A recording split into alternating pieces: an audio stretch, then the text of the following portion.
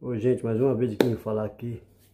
O Zé Belo ia fazer um show no Novo Varanda ontem.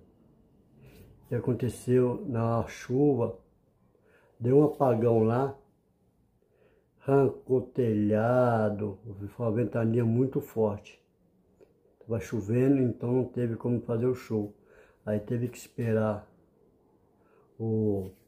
chegar a energia para começar a dar início no show. E ficou mais de 1 hora parado, porque não para dar energia. Aí foi resolvido, a energia voltou e ele começou a fazer o show. Aí ia ter um outro show lá no Antenas. Foi cancelado porque caiu um poste lá que a energia não tinha energia. Aí foi cancelado o show na Antenas, em seguida do show que ia ter no Novo Varanda. Só passando só para avisar para vocês, tá bom? Muito obrigado, Zé da Notícia agradece. Aqui.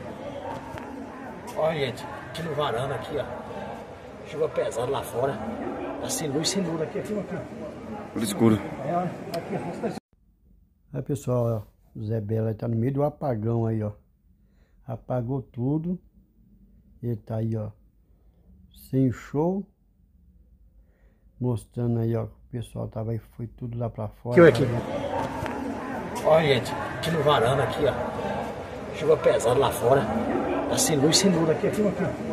Tudo escuro. Aqui, ó, os pessoal indo embora lá. Aí no show. Lotada. Aí é no show de Zé Belo aí, ó. Olha lá, show. Olha lá. Todo mundo indo embora. Casa lotada. Aí a casa lotada, casa cheia. E o que aconteceu aí? Filma lá o pessoal lá na frente lá. Olha lá.